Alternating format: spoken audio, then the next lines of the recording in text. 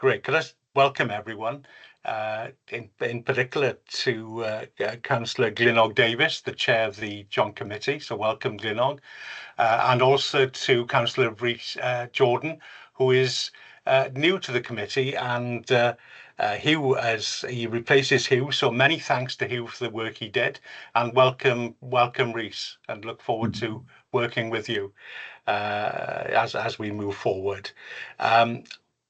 Are there any apologies, Michelle? No apologies today. Okay. Chair, if I can mention, sorry, Chair, it's Glynog in Carmarthen. Yes. I just had a call from Caris. She's doing her best to join. Her internet is playing up, but she hopes to join us as soon as possible. So her apologies for the moment. Okay, great. Thank you. Yeah, thanks for that. Are there any disclosures? If so, Michelle will send you the relevant paperwork. If there are, no, can't see any hands up, so thank you for that. In your pack, you had a copy of the minutes, and can I, first of all, would like to go through those for accuracy. Page 1, 2, and 3. And are you happy and content with those? Nothing to the contrary, so I'm assuming that everything is okay. Great, thank you. And there's a copy of the letter that I sent to Councillor Davis as well for information following the last meeting. The next item on the agenda is a look at the performance of Partneriaeth Priority 4. For Rhys's benefit, what we decided to do was to look at different priorities in each of our meetings, and this is priority 4, to provide career pathways for leaders, practitioners and support staff at all levels of the system. And I'm pleased to welcome Ian, lead officer Ian Altman, and the strategic advisor Rob Phillips. Would you like to kick off, Ian? Yeah, if I make a start, if you're happy, Chair, I'll just quickly introduce Rob. Obviously, Rob's our strategic lead for career pathways, and he leads on this area of work and across this priority, and he leads the programs to develop teaching assistants, PL, right through to the head teacher program, and oversees the entire priority, particularly with Rob, with his experience. He's got that sort of lens on the senior leads and the head teacher bit, but he does support colleagues throughout that priority. So the programs are well established, they're accredited, and obviously well attended as a part of our delivery model. And I think that's it from me. I'll hand over to Rob at that point. I'm sure he'll introduce Matthew when the time comes as well, who's going to share a bit of his experience. Diolch. Thank you. Well, bydd y cyflwyniad y bore yma yn Saesneg. The presentation is in English, and that's presented complications. Obviously, I can't put it up. I will speak to it if I could for a little while. I just wanted to pick out certain points of the report that has gone out in advance, but perhaps give a little bit of background to the programmes and explain some common features about them all that run right the way through them like a stick of rock, really. And then bring Matthew in, because Matthew's been on a number of these programmes. So the proof of the pudding's in eating, and he will be able to speak from somebody who's been involved in NQT, who's been involved in middle, senior leader, and more recently, who's undertaken NPQH and successfully achieved NPQH. So there are a number of perspectives that Matthew is able to share in terms of what the difference that the programmes have made for him. But just to start us off, the national programmes and career learning pathways were developed about 6 years ago, because Welsh Government realised that strong inspirational leadership was key in the delivery of the national mission of education reform. And the programmes provide an opportunity for practitioners at all levels to work collaboratively with each other, to make sense of how the changes impact upon their role, but also on how their role, particular role that they have, can influence change. And Welsh Government realised that in order for there to be that kind of leadership, they would need to put a strong national programme of professional learning in place. So an attempt has been made to define a series of integrated professional learning programmes to support leaders in this way.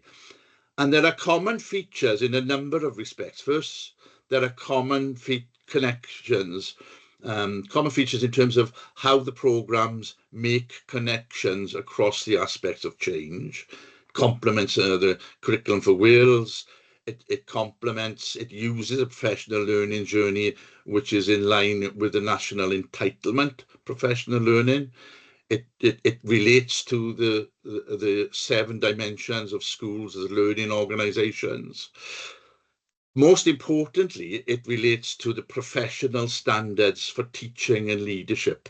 And there is a constant reflection on the part of participants in all of the programmes on how they are doing in relation to those standards. And obviously it carries forward the excellence, equity and well-being agenda. There are common features in terms of how they're organised. They're organised by professional milestones, career leadership milestones, so that the content at all stages empower practitioners in specific roles. There is a common national set of professional learning programmes and materials. That was co-constructed by the regions, local authorities and practitioners from schools. And those are available in English and Welsh, so that all the national programmes are delivered in English and in Welsh. They're developed nationally, but delivered locally. Whatever part of Wales you live in, the programmes are the same, whatever part, there's no difference because of that particular consistency. All the sessions are provided by school-based practitioners. There's a blended professional learning approach involving some face-to-face sessions as well as e-learning. There's a collaborative approach which is organised deliberately to help the participants develop each other at peer level, either through networking groups or opportunities during sessions. There's much in the way of reflective practice, applying work back that's been taken on board in the sessions in their schools between those sessions. There's an engagement with relevant research, evidence and data in all of those. So the first programmes that's indicated in the report is the Teaching Assistant Learning Pathway, TALP. And in there, as far as TALP goes, there are 3 separate strands to it. The first is to do with the induction programme for new teaching assistants, which helps them to understand their roles, responsibilities, and embrace the core values of the professional standards. So it's, as it suggests, for new people who are new as TAs. Secondly, there is the practicing teaching assistant programme for teaching assistants who have been in post for at least 2 years, to update them on the changing context of the profession.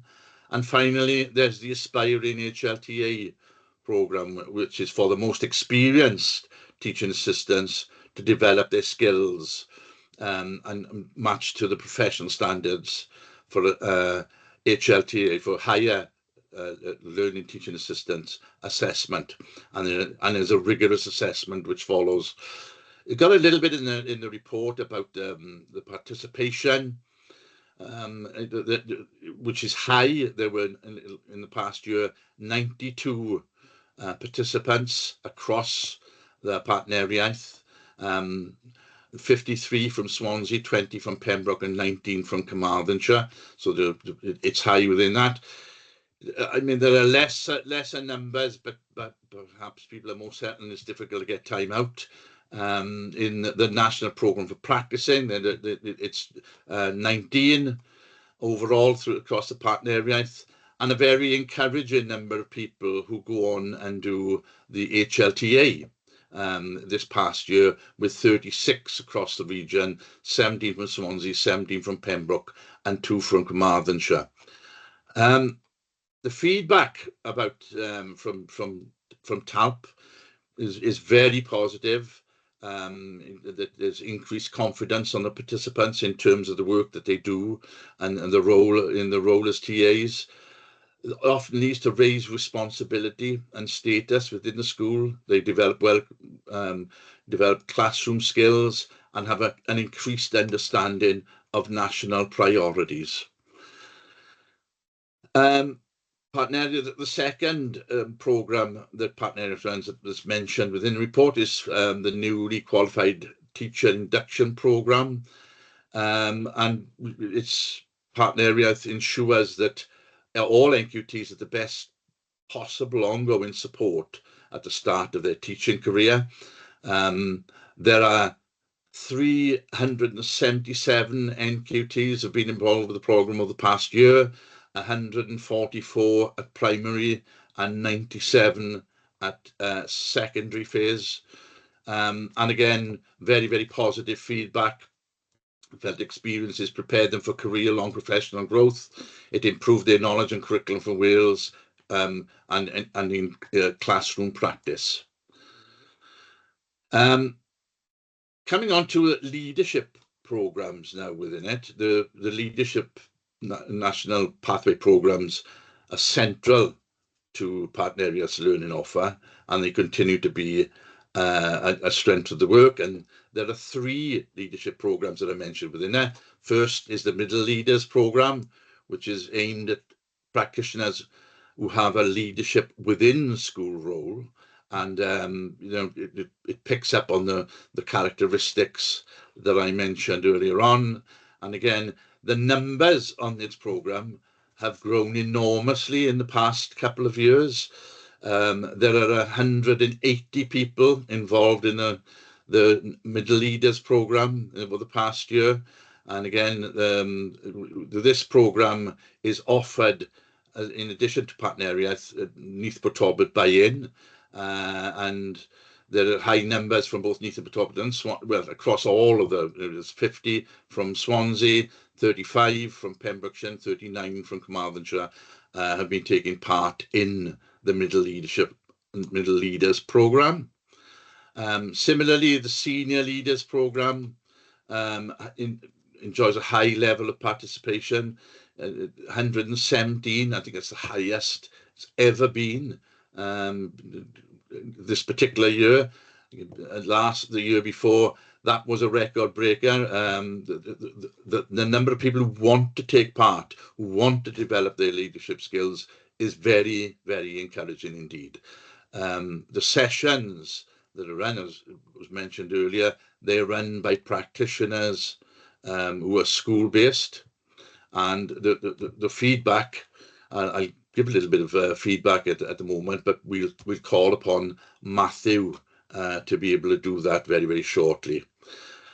And the other leadership program that's mentioned within the report is the Aspiring Head Teacher program, which prepares people, or has prepared people over the past 3 years for NPQH, the National Professional Qualification for Head Teachers. And everybody's aware, I'm sure, that if one wants to become a head teacher, one has to have that qualification. The program has been running for 3 years in its current format. There are particular features to it along the lines, everybody who wanted to do NPQH over the past 3 years has needed to go on this program, and the take up on it has been high. In this particular year, we had actually 2 assessment centres, one in February and one in May, and we had the best success in the February out of all the assessment centres that we've held. We provide the NPQH assessment and the aspiring heads over the past few years, we provided not only for Carmarthenshire, Pembrokeshire and Swansea, but also Neath and Talbot and Ceredigion and Powys. We provided for those. So in February, there were 50 candidates assessed for NPQ. There were 53 assessed altogether, and 50 came through with the NPQH qualification. In terms of Partneriaeth only, there were 36 who came through, and 3 who didn't come through from Partneriaeth. And then again in February, there was a second assessment centre, and 15 overall were came through with meeting the qualifications. 3 did not, out of the 18 who had been put into that assessment centre. Very encouraging. So it meant that there were a high number of people who came through with a qualification overall. We had 42 newly qualified head teachers from in Partneriaeth alone from those 2 assessment centres. The feedback about the leadership courses is very strong. People talk about the inspirational sessions that are run, the leadership networking groups, which continue long after the programme has ended. And a variety of things about the programme that prepares them, obviously, for the NPQH assessment, but prepares them for headship generally. So perhaps it's time for me to pause there as we come to the impact on it. I've given a few pointers, and hand over to Matthew, really, who's benefited from a number of the programme and can give a perspective of somebody from that point of view. Thanks, Rob. Yeah, so my name is Matthew Stonham. For the first 10 years of my career, in my 20s, I worked as a buyer for Albert McCulver and then on to Unilever in the European factories. And I retrained as a teacher in 2015. So I've started in Carmarthenshire in Richmond Park as a GTP student, went to Pontllew then, as a teacher for a few years, and then was lucky enough to get a deputy head teacher job in T Cross. That's just a bit of background about my history. So as Rob said, I've been really lucky to have developed over the past sort of 9 years on the Partneriaeth programmes. The programmes have been fundamental really in developing me as a leader, and I'm grateful for the opportunity to have attended them. I'm a big fan of hearing it from the horse's mouth, and this is exactly what the courses have had to offer, really. There's been inspirational leaders over the 3 courses, all of whom have lived through the level of leadership that I was at during the relevant course. So to hear their on-the-ground stories, really, of real-life leadership, their successes, as well as their learnings and errors, was really refreshing, because it made me realise that you don't have to be perfect as a leader to be a successful leader even. And I've been able to magpie various gems of knowledge over the courses, which have helped me really significantly in my leadership roles over the past few years, whether that be through the implementation of different projects, team building, or just simple stuff like self-well-being and motivation as well. The courses have covered them all. The staff that run the courses, Rob hasn't paid me to say this, but they've been excellent role models. One of my first impressions in the Aspiring Heads course was Jan Waldron. For those of you who don't know, was a very successful head teacher in Pontarddulais Comprehensive, was stood out in the rain in the National Botanical Gardens, just showing where all the delegates needed to go. Probably, such a famous woman in the world of education, stood out there telling everybody where they needed to go. I thought that was just a fantastic start, really, that, she was getting her hands dirty, for want of a better word. Sharon Hope has been heavily involved in the course. She's head teacher of Clace, and by her own admission is coming close to retirement, but she was very much making copious amount of notes when different presenters were on, still eager to learn, in that stage of the career. And also Rob, then, it was almost like the father of the Aspiring Heads group, making sure that the deadlines and expectations were clear and understood at every step of the journey. So a real positive experience there. There's a really heavy focus on self-reflection, and ultimately that is how and why the leaders that were presenting to us were able to identify what had gone well in their careers and the learnings that they had had as well. The openness that they had showed did encourage me then to be more honest with myself and take a deeper look at the past projects and initiatives that I had rolled out in various schools to see where I could have improved as a leader going forward. One of the biggest learnings I took from the course has been the skill really of delegation.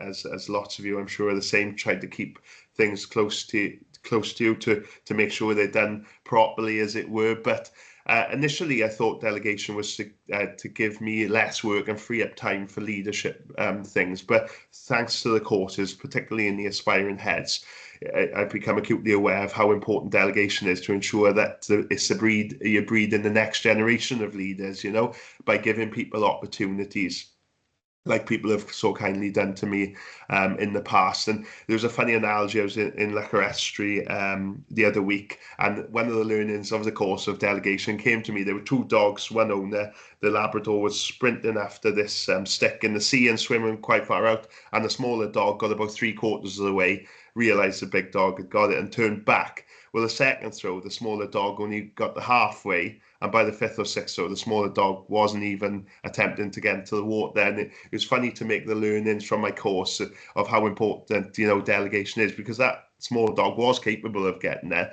but in the end, he had just given up because he wasn't given the opportunity by the bigger dog. So it's funny how the learnings from the course not only affect me in my school life, but when I'm trying to have a relaxing time at Lacarestre as well. So that was quite funny to see. Previously, I've been quite transactional as a person, you know, coming up through the ranks, as it were, and enjoy ticking things off my to-do list. And if I had done something which wasn't on the list, then I would add it and tick it off.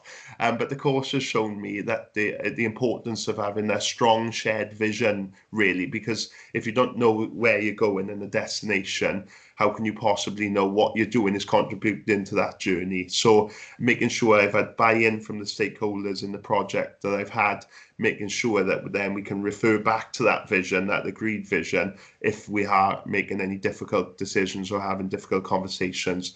And again, all learnings from the course that I've had.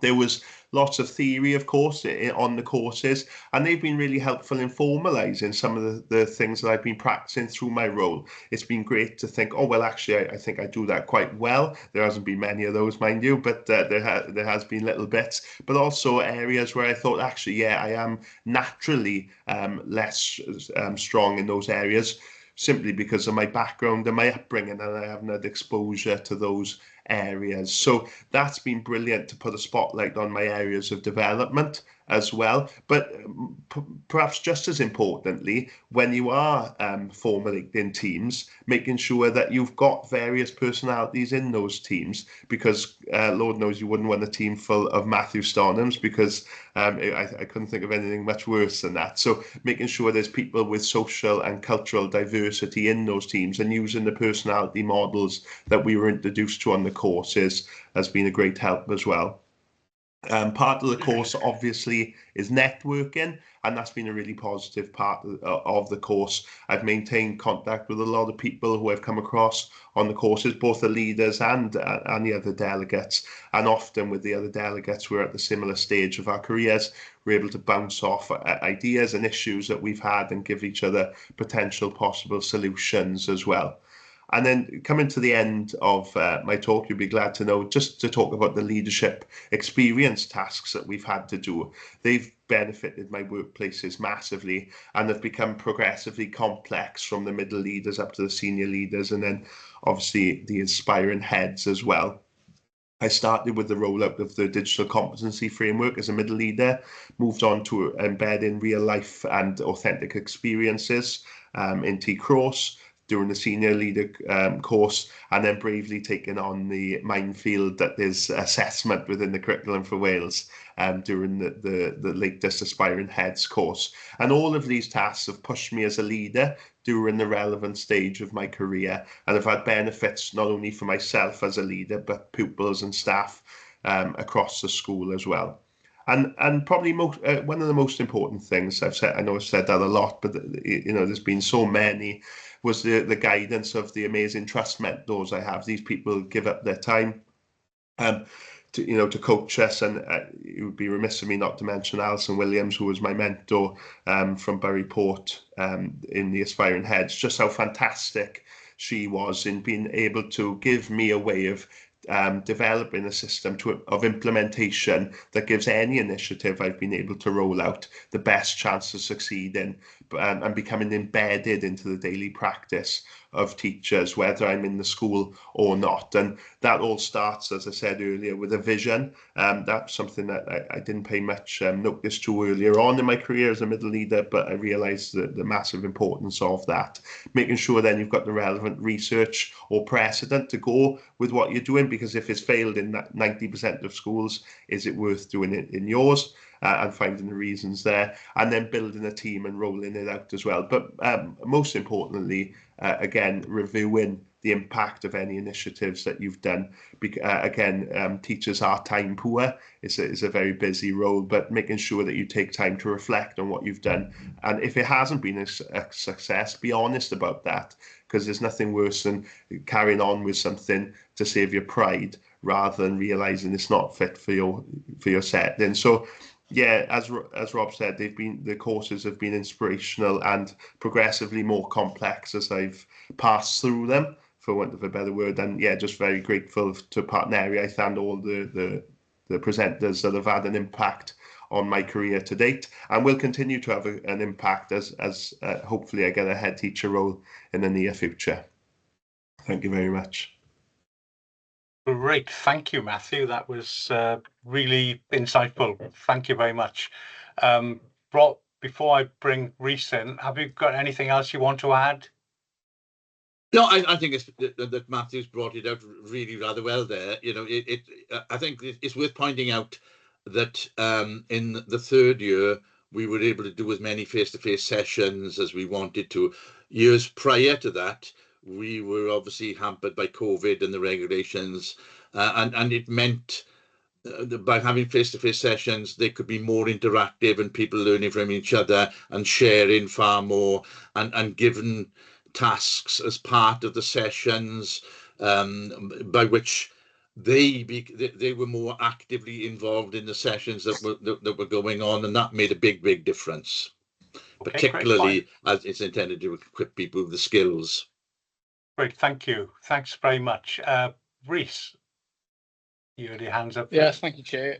Yeah, I was quickly. I know I wanted to get in quickly. Thanks, Matthew and Rob, for your presentation. I must say it's quite inspiring, and actually, I'm always impressed by people who come from industry into teaching, and don't do it the traditional route of sort of sixth form university and into teach. Because I actually think some of our best teachers come from industry where they've had some life experience before they're going back into education to teach our future, our learners and our future professionals. So well done on that. What I'm keen to understand and learn a little bit more about, Rob, and you may be able to tell me, is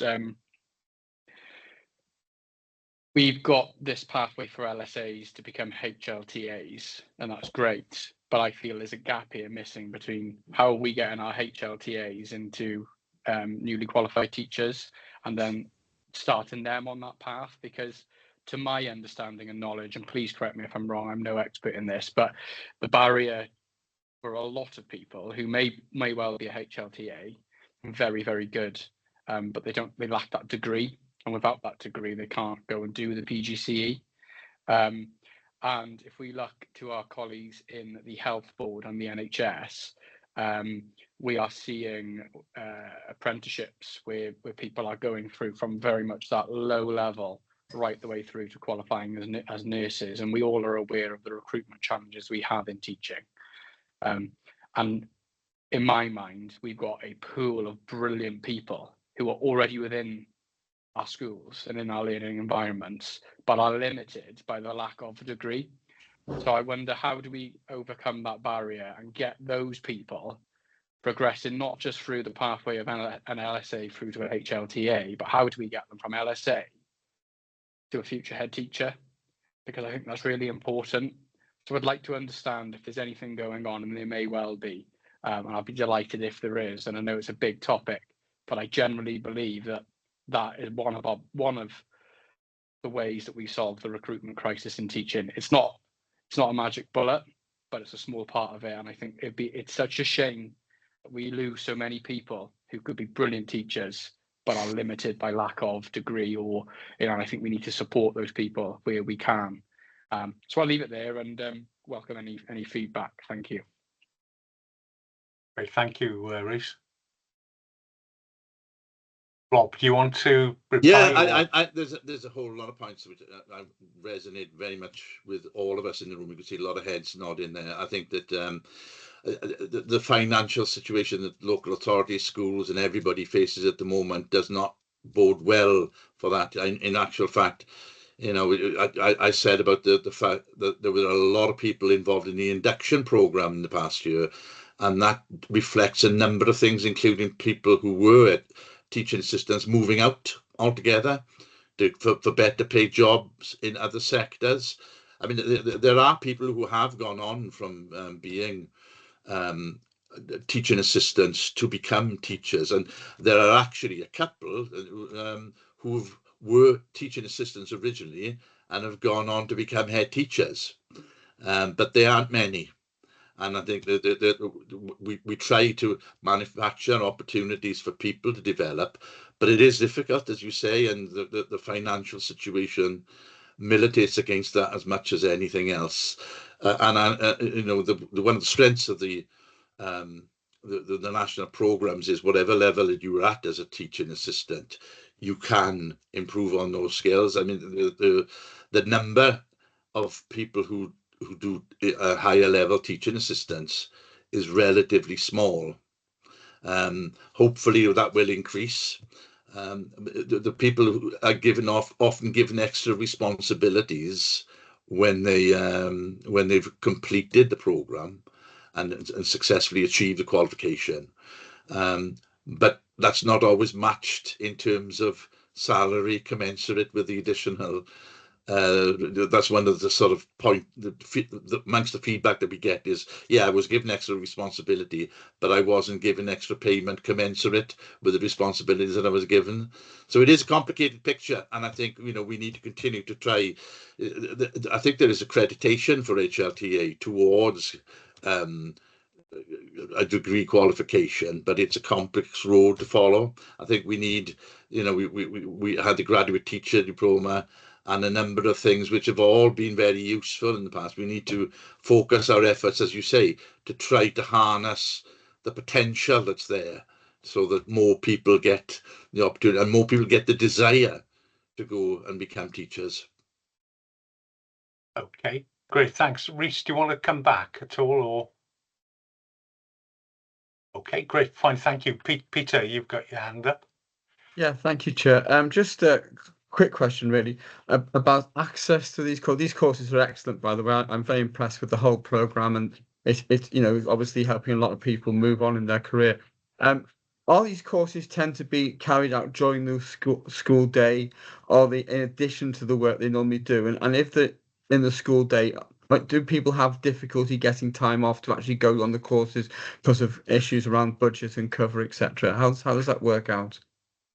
They are. There's a bit of a mixture. That most of them tend to involve some time, at least, involved in the school day out, including the teaching assistants, and it can be a flashpoint sometimes. You know, even people who are on the aspiring head teachers program, they've made arrangements for themselves to come out to join the program, but the school has got other ideas. Things crop up in school, and they're simply not able to make it.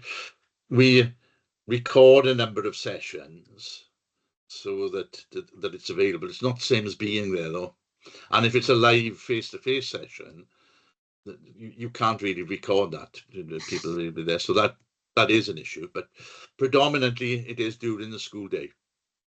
So is there any evidence of people finding that they're not able to progress their career because they haven't been able to get on these courses because there's no cover, etc.? Do we have issues like that? I don't. I don't think there's been a research which has been able to define, any trends in that way. We do hear of isolated incidents where people have said, there was so much happening in my school that I couldn't do that program at this particular time. And sometimes they come and join the program later. Okay, thanks. Okay, great. Any other questions? No, could I thank Rob very much indeed, and Matthew to tell us about your journey, and we hope many other people take that journey on as well. So thank you both very much indeed. Thank you. And we move on, and then the next item on the agenda is during the course of the year, we invite the chair of Partneriaeth Joint Committee to come along and tell us how he thinks the Partneriaeth is operating, and I therefore welcome Councillor Glynog Davies, who is the chair, and if you'd like to say a few words and tell us what's going on. Diolch Gadeirydd. Mae'n fwriad i fi siarad yn y Gymraeg, felly os ydych chi am wrando ar y cyfieithiad, diolch yn fawr iawn i chi. Wel, gai yn y lle cyntaf diolch am y gwahoddiad i fod yma ac am y cyfle i ddweud ychydig o eiriau. Mae Partneriaeth wedi nodi 4 blaenoriaeth strategol lefel uchel ar gyfer 2023-26. Mae yna 4 fel gydes i y cyntaf yn ymwneud â chymorth i ddylunio chyflwyno cwricwlwm o ansawdd uchel. A tipyn o sylw ond os wedi bod wedi cael ei roi i'r cwricwlwm newydd, cwricwlwm i Gymru, ac mae'n cwricwlwm cyffroes iawn, arbennig o dda, ac mae'n bwysig fod help ar gael i sicrhau i lwyddiant i fod yn gweithio. Yna, yr ail flaenoriaeth yn ymwneud â chydraddoldeb addysgol, eto gair allweddol yn diwedd, cydraddoldeb, sicrhau tegwch i bawb a phobyn yn ein system addysg ni. Yn drydydd, mae gyda ni gefnogaeth ar gyfer sgiliau ymchwil ac ymholi fel rhan allweddol o ddysgu proffesiynol. Y flaenoriaeth yma eto yn bwysig o safbwynt datblygu addysg. Mae'n rhaid i ni symud ymlaen, ond dos e. Ac yn olaf, llwybrau gyrfa ar gyfer ymrweinwyr, ymarferwyr a staff cymorth ar bob lefel o'r system. Now then, we've already had a presentation from Rob on this point, the career pathways for leaders. Can I thank you, Rob, for the comprehensive report that you presented earlier? Yes, we need strong leadership. It's of the utmost importance, as you noted, and we all, I'm sure, appreciate the programs that are now available to promote this work. It's indeed very encouraging to hear of the response, the uptake, and I certainly hope that all who are inspiring to get on will be able to get on a various courses. You know, there are various courses on various levels, which is very, very encouraging. Can I also briefly thank Matthew for his interesting and encouraging contribution. Diolch yn fawr iawn i ti, Matthew. I'm sure that your experiences prior to becoming a teacher will stand you in good stead, and I wish you all the very, very best for your future career. Felly, yn fyr, Gadeirydd, dyna'r unig beth sydd gen i ddweud wrthoch chi'r bore yma. Diolch yn fawr iawn. Great, thank you very much. Now then, have we got any questions? Can't see any hands going up at the moment. Could I ask, it's one I often ask in Swansea, and Helen will almost know what I'm going to say. It's around the curriculum, and obviously it's important that it's a totally new experience for a lot of teachers, and are we taking those teachers who've been in the profession a long time with us on that journey? Because I think it is quite important that that is the case, and I think you know, we need to be, if need be, giving them additional training to enable them to do that, and I'd just like some assurances that that is the case.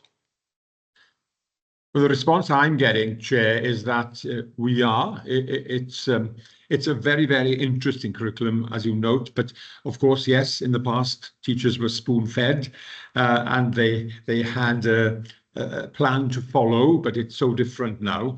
But I'm getting excellent reports. Now then, I'm sure that perhaps one of the directors, Gareth, can tell you more from the Carmarthenshire point of view. Gareth, os da ti gair i ddweud mae'r ymateb wedi bod yn ffafriol, yn diwedd? Yeah, I can't agree really. Got the feedback because of the close working relationships between my officers and Partneriaeth officers. I think we've developed probably over the past couple of years, and probably the provision is far more bespoke and far more relevant to individual schools. And so we do meet individual school requests, and that cohort probably of teachers you probably mentioned, Chair, are being encouraged and kind of supported really to develop the curriculum. One thing that's worked well for us, we've had joint days between Carmarthenshire and Partneriaeth around different curriculum areas where our officers in the local authority and Partneriaeth officers co-present really, so that it's one message around the curriculum and that we make sure that all our schools really are engaged and developing their curriculum locally. And I think initial feedback from Estyn when we have schools inspected is that it's positive and that schools are trialling and implementing ideas presented by the local authority in Partneriaeth, and that's having kind of a good response from Estyn. Great, thank you. Two other hands up, Helen and Ian. Ie, dim ond i ategu at beth wedodd Gareth, pwyntiau tebyg, ond i ategu hefyd bod yn bwysig i ni gydnabod bod Partneriaeth yn sefydliad sy'n addasu at ofynion lleol, a ni wedi gweld enghraifft ar y dechrau, falle bod gormod o theori wrth bod ni'n cyflwyno darpariaeth i alluogi staff mewn ysgolion i gyflwyno'r cwricwlwm newydd. Felly mae Partneriaeth wedi ymateb yn gydwybodol, a mae llai o theori erbyn hyn yn rhai o'r rhaglenni ar darpariaethau sy'n dod oddi wrth Partneriaeth. Great, thank you. Ian. Yeah, just echoing Helen's point really, and Gareth's, that the real need in school is that tangible support, I think, and when we're going into review and refine and in some cases just look at school's curriculum, what the real need there is for in-school tailored support to meet their needs. I think there's far less of the high level principles of progression work that would have been happening 12 months ago, 2 years ago, and it really is, as Helen mentioned, it's that collaborative space, I suppose, to meet the needs of our local authorities and working with our school improvement partners, and Ellen's in the meeting now, in order to ensure that we're meeting the needs of the school. So it is that shift from that high level PL that was sometimes not always well attended and quite theoretical and difficult to realise in a school environment, to that more tailored approach really to meet the needs, and getting that information from our school improvement partners in the local authorities in terms of what the need is out there, and meeting that need has been well received, and rather than that big, I think, white noise of PL, it was called in a recent report, it's much more something that is more focused on the needs of individual schools and supports those teachers that you referenced in the original question to have the right level of support to deliver for your learners. Yeah. Great, thank you. Peter. Yes, thank you, Chair. Apologies if this sounds like an exam question, but I am quite interested. What are the main differences between the way Partneriaeth is operating now and the previous consortium?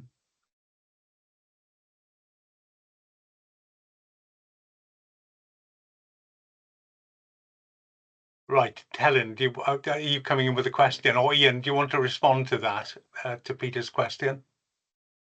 Yeah, I'm more than happy to. So now I'll let Helen come in and give a bit more detail. In terms of the difference, it's a much more collaborative process, really. So when we're looking at the funding that we will have received from Welsh Government, we're ensuring that we're meeting with directors. The strategic group's very strong in terms of challenge and support, I would say, in terms of what the delivery looks like, and it's a much healthier space, I think, to have discussions around what the schools in each of our local authorities need, and sometimes it isn't a one-size-fits-all approach. It needs to be something that's tailored, but it's much more collaborative, and there's much more co-construction that goes on, so we're not duplicating work, and some of the previous tension that maybe existed in our previous iteration are sort of not there anymore, because we're open and transparent in terms of both the funding but also the delivery, really. So that's what it feels like from my perspective in the sort of lead officer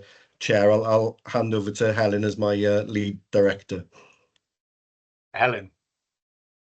Diolch i ymateb i gwestiynau'r cynghorydd Black. Y prif wahaniaethau yw yn naturiol maint y sefydliad i gymharu dy'r sefydliad hanesyddol, a felly mae hwnnw'n ffactor bwysig yn hermau bod ni yn gallu ymdrin y materion llawer yn rhwyddach oherwydd maint llai sefydliad partneriaeth. Mae fe'n sefydliad sy'n gwrando, ni wedi clywed hynny'n barod bore yma, sefydliad sy'n gwrando'r rhanddeiliad yn gyson ac yn ymateb, a dyna'r prif wahaniaeth, bod yr ymateb yn ymateb pwrpasol a defnyddiol. Ni hefyd yn gwybod bod y sefydliad hwn yn canfod barn yn rheolaidd, yn ffurfiol, nid yn unig mewn cyfarfodydd rhanddeiliad, ond yn ffurfiol y flynyddol mewn holiadur canfyddiadau. Ni hefyd wedi clywed bod hwn yn sefydliad sy'n addasu ac yn newid yn gyson mwyn cwrdd â anghenion lleol. Mae fe hefyd yn ddarparwr o gyrsiau rhaglenni defnyddiol, felly mae hwnna yn bwysig. Does dim gwastraff yn y system fel petai. Mae rhaglenni sy'n cael eu cyflwyno yn addas i bwrpas. Un o'r nodweddion mwyaf llwyddiannus yw'r deilog ffurfiol rhwng y cyfarwyddwyr a'r prif swyddog addysg. Mae'r deilog yn digwydd mewn cyfarfodydd misol, a mae fe'n deilog agored iawn. Felly ni'n dryloyw, mae fe'n agored, a mae parodrwydd i ymateb i anghenion y cyfarwyddwyr yn gyson. Felly mae hwnna'n nodwedd hynod o bositif. Hefyd, ni'n gweld bod na gyflwyniad cyson o beth yw'r cynnydd gyda'r cynllun busnes. Ni'n gweld bod hwnnw yn dod i'r fei yn rheolaidd. Ni'n deall beth yw'r cynnydd yn erbyn blaenoriaethau sonnwyd amdanynt ynghynt. A hefyd, ni'n gwybod bod y cytundeb cyfreithiol yn un sy'n amlwg, a ni'n glynu at hwnnw yn rheolaidd. Felly dyna rhai o'r nodweddion falle sy'n wahanol, efallai bod rhai hwnnw'n debyg, ond yn sicr mae yna nodweddion sy'n golygu bod pethau'n well nawr yn y sefydliad sydd ohoni. Great, thank you, Helen. Ellen. Thank you. I think going back to the question as well about support for curriculum design, I'd have to really reinforce Ian's messages there. I think that real focus on pupil skill progression has been really valued by our teachers and our leaders, and having that expertise within Partneriaeth focusing on literacy, numeracy, science, etc. has just really given confidence across the system. So that's really valued. And again, of course, underpinning good curriculum is good teaching. And I think the Teach for Purpose programme has been really successful in getting back to basics and really making sure that good pedagogy is leading to good pupil progress. So again, a programme that has really helped practitioners to reflect on their practice and to really build on it. And I think probably the third and final point that I would make is over time, the support for secondaries has further strengthened and has become even more tailored and bespoke. And again, I know that that is really valued by our coordinators, our heads of department networks, helping them to again get to grips with curriculum and to further focus on skill progression. So yeah, so that's what I'd like to share there. Diolch. Great, thank you. Glynog. Diolch Gadeirydd, mae'n gair byr. Wy'n credu i bod hi'n bwysig yn sylwi yn sylweddoli fod partneriaeth, mae'n dal i fod yn diwedd yn gymharol newydd ac i ni ar siwrne, ni ar daith. Fodd bynnag fel y cadeirydd presennol rwy'n yn hapus, rwy'n hyderus fod y cyfan sy'n digwydd yn cyd-fynd a'n cytundeb cyfreithiol ni, a bod y cynllun busnes a'r ffrydiau gwaith yn cael ei rheoli yn effeithiol iawn. Ar un ni'n cryfhau cysylltiadau a phob awdurdod sy'n perthyn i bartneriaeth yn dyfe, ac yn ategu gwaith pob tîm gwella ysgolion lleol. I ni am barhau i ddatblygu yr agwedd yma o'r gwaith, ond chmod, mae'n bwysig i ni gyd i sylweddoli a derbyn i ni'n symud ymlaen ac i ni yn llwyddo'n raddol. Diolch. Great, thank you. Yeah, thanks for those answers. All I can say is it does sound pretty damning of the previous partnership, but thank you. If I could say, I was a member of the previous partnership with Councillor Darren Price from Carmarthen, and he and I used to very often lead the charge because there were issues. But one thing I can say, having wearing my Swansea scrutiny hat, when we've met clusters of people and where Partneriaeth is involved with training and so on, then there's huge respect, which wasn't there before. And I think there's been a sea change in that, and I think that is quite important. Yes, but I take on board the point that Peter actually made. Yeah. Any other questions at all to Glenorg about this subject? Otherwise, we'll move on. I think we can move on. Thank you very much, Glenorg, for your contribution and for the contributions by everyone. The next one is really if any of the directors of the local authorities would like to give an update on what's going on where you are. Anyone would like to kick off? Gareth. Yeah, na I ddechrau de. I'm siŵr bydd dy Helen felly rhywbeth I ategu, ond jyst I adlewyrchu, mae yna 4 prif amcan fel ni wedi clywed yn barod, na I ddim ailadrodd rhai pethau, ond o ran yr un cyntaf, o ran y cwricwlwm, mae yna ystod eang o gyrsiau yn cael ei darparu sydd yn diwallu anghenion gwahanol ysgolion. Mae yna beth her felly o ran rhai ysgolion felly yn gallu cyllido mynychu rai o'r cyrsiau yma, a hefyd mae'r problem ambell waith o ran staff cyflenwi. Mae'r unig gydnabod yna bod hwnna'n her yn y system a gallu amharu felly ar rhai ysgolion. Mae yna ddigwyddiadau rhannu wedi bod gyda ni eisiau Gyfyrddin. Mae partneriaeth wedi gweithio llaw yn llaw ac ochr yn ochr gyda ni gyda'r hynny, lle ni yn rhannu arfer o ran y cwricwlwm. A ni'n gobeithio datblygu hwnna'n mhellach y flwyddyn nesaf, ac os fi'n credu bod e'n eto fel wedi rhywun yn gynharach, mae athrawon am weld rhywbeth sut mae'n edrych ar lawr y dosbarth, felly mae'r digwyddiadau rhannu yna. O ran y maes hyn, fi'n credu mae'n bwysig bod ni'n parhau drafod yn rheolaidd gyda swyddogion partneriaeth. Mae 7 amcan gyda ni'n Sir Gyfyrddin o ran datblygu, a dwi eisiau gweld sut mae partneriaeth yn gallu ychwanegu gwerth mewn ffordd I fi fedru cwrdd ar 7 amcan na, a dwi'n fwy hyderus nawr nag oedden ni felly bod hynna'n digwydd oherwydd bod ni yn trafod yn rheolaidd a bod ni'n sicrhau bod beth mae partneriaeth yn ei gynnig yn cwrdd anghenion Sir Gyfyrddin. O ran yr ail faes sef cydraddoldeb neu equity, mae yna waith da iawn wedi bod ynglyn â taclo tlodi ac ati a gwaith I gefnogi ysgolion I gefnogi yn dysgwyr ni. Falle bod bach mwy o waith gyda ni'n neud fan hyn o ran monitro effaith felly rhai o'r prosiectau yma o fewn yn ysgolion ni, a dyn ni mewn ffordd yn gwneud gwahaniaeth a gyda swyddogion awdurdod addysg a swyddogion partneriaeth yn gallwn ni wneud hwnna'n eitha effeithiol. O ran yr ymchwil a sgiliau ymchwilio yma, mae yna lot o waith da yn digwydd yn y maes yma, a falle'r un peth gallwn ni wneud eto yw rhannu yr arfer, a rhannu'r dysgu eto, bod ysgolion yn clywed am yr arfer dda, a na felly mynd nôl i'r digwyddiadau rhannu arfer, mae felly mae hwnna'n ffordd.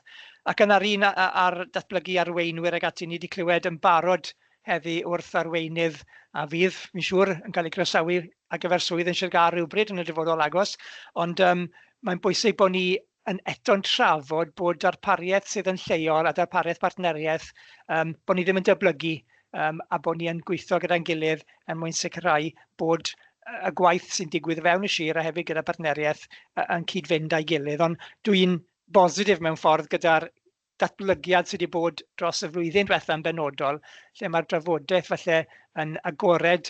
Ni'n gwybod yn union faint o arian sydd yna a ble mae'n cael ei wario. A mae tro cyntaf felly, ers eriod mewn gwirionedd, ond mae yna oherwydd Ian a'i dîm a hefyd yn tîm ni'n gweithio'n agos gyda'i gilydd. Felly dwi'n positif iawn, ac a ddiolch hefyd i Helen sydd wedi gwneud llawer o'r gwaith o ran y tri cyfarwyddwr yn sicrhau bod hwn yn digwydd yn reoledd. Diolch. Great, thank you very much, Gareth. Helen, do you want to comment? Ie, dyma ni ategu at rai o'r sylwadau yn nhermau cyffredinol a yn nhermau Abertawe. Ond bydde fe'n gam bod ni'n disgrifio partneriaeth fel rhywbeth a dim materion sydd angen I gwella. Mae Gareth wedi cyffwrdd y rai ohonyn nhw, ond yn gyffredinol, ni wedi nodi fel cyfarwyddwyr bod eisiau mwy o sgwrs os y'n ni'n comisiynu darparwyr allanol.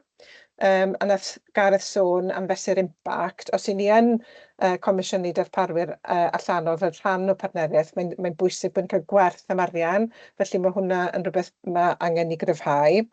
Mater arall yw bod does dim swyddogaeth creu polisïau adnoddau dynol gan partneriaeth, ond yn hanesyddol ac yn ddiweddar, mae'r polisïau hynny dal wedi digwydd gydag enw partneriaeth ar y polisïau. Does dim angen, dyw hwnna ddim yn rhan o'r cytundeb cyfreithiol, felly mae angen I ni sicrhau bod unrhyw swyddogion adnoddau dynol sy'n cydweithio gyda'i gilydd ddim yn defnyddio brand partneriaeth yn ddianghenraid. Felly mae hwnna'n un pwynt ni wedi sôn amdano'n gyson.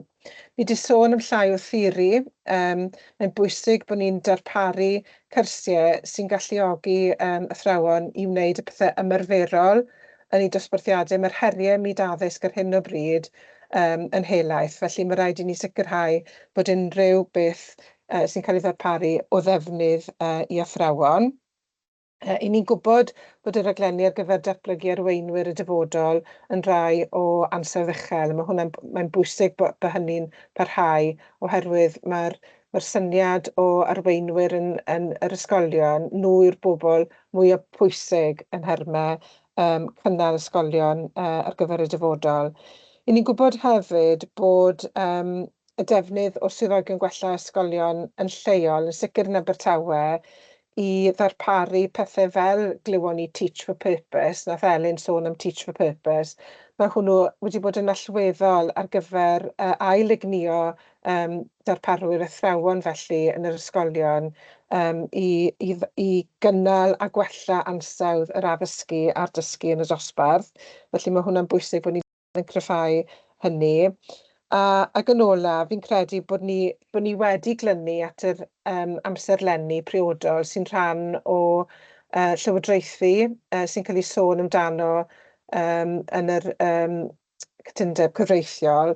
Mae yna un enghraifft ble ni ddim wedi glynu at yr amserlen am resymau da, a'r enghraifft sy'n dod i'r cof yw'r cydbwyllgor. Doedd dim cyfarfod o'r cydbwyllgor ym mis Mehefin am reswm dilys iawn. Y reswm hynny yw bod ni yn y broses o ailstrwythuro staff partneriaeth, felly mae'n gyfnod digon sensitif ar hyn o bryd, a bydd y cyfnod hynny'n dod I ben ar ddiwedd mis Awst eleni, ond fe fydd y cyfarfod nesaf o'r cydbwyllgor yn cael ei gynnal ar yr 15 o fis Gorffennaf. Felly ni wedi colli mis, ond fel arfer mae'r amserlen yn cael ei ddilyn yn gymwys.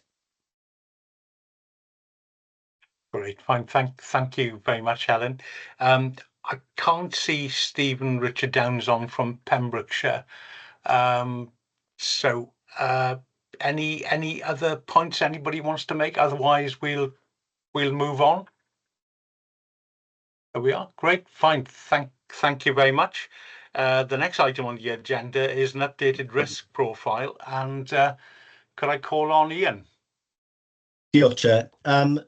The report in the packet, it outlines the overall risk profile for the region. It's based on the 23-24 business plan still, partly due to Helen's point around restructure and that clarity moving forward from September. So it will be rewritten at that point in line with our business delivery from that point. But it has been updated to reflect the recommendations from audit from last year, and also the fact that all the Welsh Government funding has been received by Partneriaeth for that financial year, including any expected variation awards and variation letters that have come through. So that means that the financial risk regarding the timeliness of Welsh Government funding has been reduced because that funding has been received. Again, it'll look slightly different moving forward with the funding being a local authority grant and coming to us from our partner local authorities rather than a regional grant.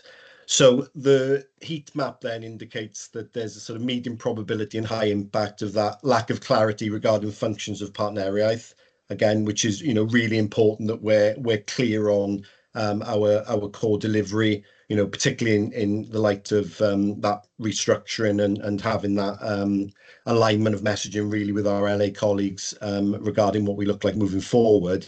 And obviously the point around value for money again, and Helen alluded to it in terms of external providers, but it's also, you know, fundamental to everything. So there's they're the two sort of main risks that are identified in there. You know, the 23-24 business plan has got much more smart targets in there, and there are much more key success criteria for the professional learning that we've delivered. And again, our annual report is pulling this together, and that'll be ready to be presented to the July joint committee and obviously to a future scrutiny panel. So we'll be developing a new risk register in line with our delivery from September. Diolch.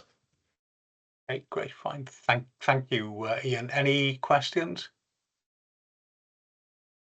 Could I just ask one? And Helen mentioned obviously, and as did you, the restructuring of Partneriaeth. Obviously, that creates uncertainty for the staff. Your staff are delivering the training, and therefore that is a risk because some of those staff could well leave for more secure employment. So is that featured? Because that is a real risk to the service for, you know, for the delivery of that training and so on. Helen, I can see Helen's hand up. Diolch, Cadeirydd. Mwyn lliniaru'r risg, ni wedi bod yn agored iawn gyda staff yn hermau amserlen y cyfnod newid, a fel i ni wedi rheoli newid yn eitha cyflym. Felly mae'r llinell amser wedi digwydd rhwng Ebrill a diwedd mis Mai, sydd yn hyderus o ran amserlen ar gyfer newid, ond ni wedi llwyddo. Felly mae pob aelod y staff yn gwybod ble maen nhw'n mynd i fod yn mis Medi eleni. Mae hwnna'n allweddol.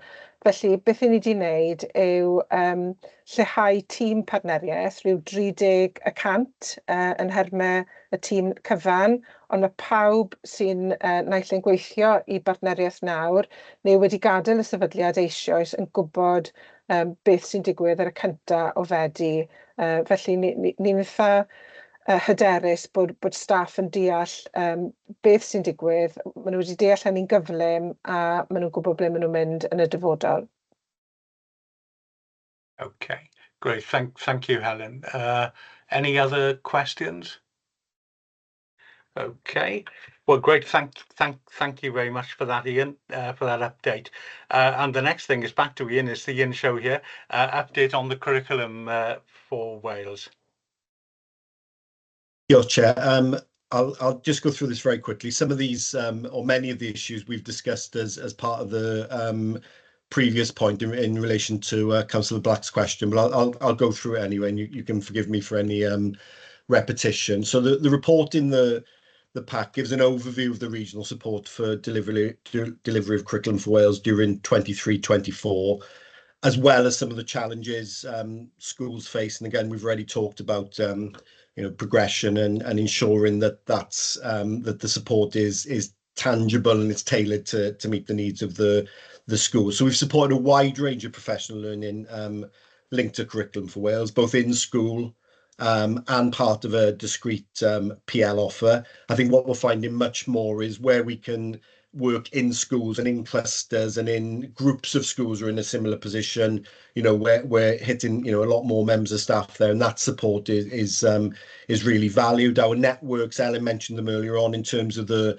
focus on progression and reviewing the design process, but also developing more tangible resources to support classroom delivery. we work closely with our school improvement advisors in all 3 LAs to ensure that any schools in need of additional support get that support, along with the support from the school improvement team in the local authority. So if schools are in need of that additional support on design, and sometimes there's a need, maybe there's been a change of leadership to go back to basics and support schools through that, we've been able to do it, and sometimes group schools together who are in a similar position. I think there has been a recognition, both at a national level, but particularly across our local authorities, that a sharper focus on teaching and learning and subject-specific support is needed as we move on to the next phase of reviewing, delivering, quality assuring what's actually happening in schools. The design process is all fine. You could have a brilliantly designed process, but it falls down very quickly if the teaching isn't strong. And I think the Teach for Purpose programme does focus on curriculum issues, but it very much also focuses on some of the fundamentals that we would see of strong delivery, such as pace and challenge. And again, it's been co-constructed really to meet the needs of our local authorities, and I know there's an appetite for that work to continue, as Ellen and others have said. Obviously, new qualifications will begin in September 2025 in terms of the new GCSE suite, with other qualifications coming online, such as the new vocational qualifications, and there will be a need to support schools with that agenda. Again, it links back to having a team that can support in secondary settings. So it is a very challenging time for schools in terms of their curriculum. They're at the point now, obviously, where the curriculum's been implemented, including into year 7 and year 8, and it's really supporting those schools who are ready to make the next step or ready to quality assure or look at it. But much of this lies within, has the school got good quality teaching and learning, and if that's the case, the curriculum's got a chance. So it's very challenging because there's so much change at one time, but we've offered a wide range of professional learning in terms of attendance at courses. There will be less of that going forward, simply because of some of the financial challenges that Gareth and others have alluded to in terms of releasing staff to attend things, and actually being in schools, working with departments, with teams of teachers is the most powerful way of working, really, and it's certainly where we get that strong feedback. Level of support is appreciated, and there's a coherent approach. So it's recognizing the challenges, but also having that targeted level of support. And it comes down to, again, our local authorities know their schools really well, in which case they're able to broker the correct level of support for their schools. And we just need to work on the fact that we're a cohesive unit, really, in terms of what that delivery looks like across the 3 local authorities. So some of the issues have already been touched on as part of the previous conversation. So it's just a quick update as to where we are, and schools are really moving into the reviewing their curriculum process, and is it meeting the needs of their learners, and adapting it. And the stronger schools with the strong leadership will do that as part of the ongoing process, and our local authorities are best placed to support those schools who are not quite there and ask for additional curriculum support. Yeah. Great, thank you, Ian. Any questions to Ian? No? Great. Well, thank you very much for that update. The next item on the agenda is discuss points of the letter of the chair of Partneriaeth. So if the directors and Glynog as chair would let you can escape, if you like, and we can discuss the content of that letter. But thank you all very much for your attendance. We're really grateful, and we'll get on with the next part of the agenda. So thank you very much. Diolch yn fawr. Ta-ra.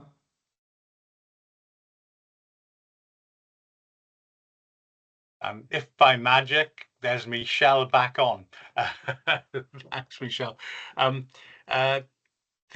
For Reese's benefit, what we normally do is to send a letter to the chair of the joint committee of the points that we think are relevant. So he has an opportunity to respond to that, but at least we highlight the points we want to, raise with him and highlight with him for the future. So I know Michelle has been busily taking notes throughout the meeting. So thank you for that, Michelle. And what we normally do, if any of you have got any points you'd like to highlight, please, let can you let Michelle know now, or have you got a point now you'd like to put, get included in the letter? The highlight, it'll cover most of the points that we've all raised. And what we normally do is to send a copy round to you all so that you have the opportunity to make changes to it and so on, and then send it back if that's okay with you. Yeah, any points you'd like to raise to make sure they're included? No? Okay, well, Michelle will do that draft letter, send it round to us all, and then we can then agree that, and we can then get that sent off to Glynog. Okay, and the final item really is just to note the work programme, and our next meeting is we haven't got the next meeting on that. It is, Michelle. Yeah, the next meeting of the joint committee has not yet been confirmed. Right. So we've put a tentative date in the diary, but I think that will probably change. So I've not come back and set that. Okay. So I'm just waiting for the joint committee, and then we'll do ours to to reflect that date. So it'll be around October. Okay, great, excellent. Well, the next thing you get is that copy of that draft letter, and please have a look at it, make any changes, and send that back to Michelle. I'm going to thank you all very much, and look forward to seeing you soon. See you then. Bye. Thank you, Chair. Bye-bye.